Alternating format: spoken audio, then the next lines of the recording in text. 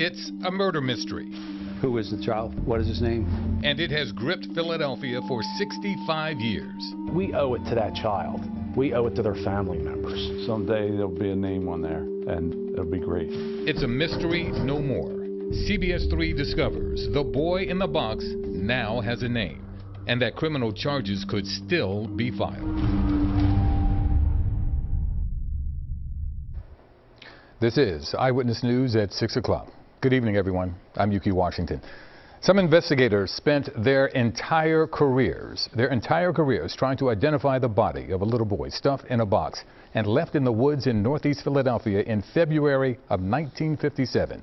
65 years later, a name. CBS 3 first broke this story at 4 o'clock. Here's Chief Investigative Reporter Joe Holden. Someday there'll be a name on there, and it'll be great. Be great. This gravestone will soon bear a name. The murdered child from 1957, known as the boy in the box, has been positively identified by Philadelphia police, and staff at Ivy Hill Cemetery was elated and relieved. People all over the world are going to be happy to know that this case was, they continued to work on this case and to actually get this little boy's name out here. The little boy, between the ages of 4 and 6, was badly beaten, his body held in a bassinet box and dumped along a roadside in Fox Chase. In the 65 years since, science finally caught up to provide the clues that had been missing and for the longest time stunted the investigation. Homicide detectives in 2021 developed a full DNA profile, and pair that with genealogical evidence, police found their break after sources say at times they were forced to go door to door. Scores of detectives worked the case over 6 decades, many of them no longer with us.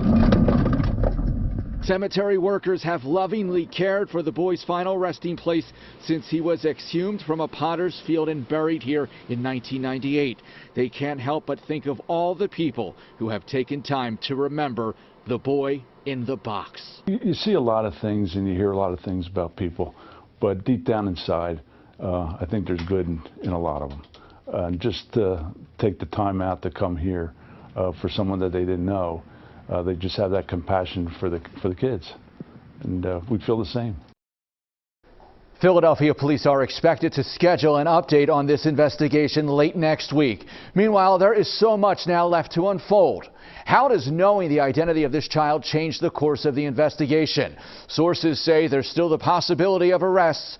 The biggest question still, who might police suspect beat to death this little boy all those years ago?